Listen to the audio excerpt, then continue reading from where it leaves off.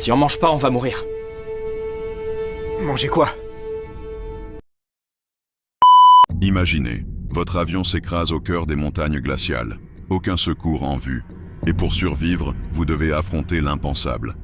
Le 13 octobre 1972, un avion transportant 45 personnes, dont une équipe de rugby, s'écrase dans les Andes. La météo était catastrophique, brouillard épais, mauvaise visibilité. Le pilote pensait avoir passé les montagnes, mais il était toujours au-dessus. L'avion s'écrase, se déchire, des passagers sont projetés et l'épave finit bloquée dans la neige. Ceux qui survivent sont en état de choc. Certains sont gravement blessés. Le froid est glacial et ils comprennent vite qu'aucun secours ne viendra. L'avion blanc est invisible dans la neige. Les premiers jours, ils partagent les rations trouvées à bord et collectent l'eau de pluie. Mais tout s'épuisera bien trop vite. Affamés, ils sont forcés de prendre une décision terrifiante pour rester en vie. Utiliser les corps des victimes pour se nourrir.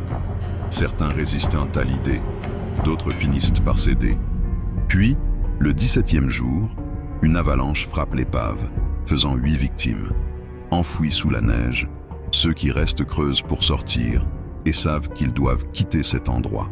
Après 60 jours, 2 hommes entreprennent une longue marche dans les montagnes. Épuisés et désorientés, ils trouvent finalement de l'aide après 9 jours de périple. 16 personnes ont survécu à 72 jours dans un enfer glacial. Une histoire de survie vraie qui dépasse la fiction.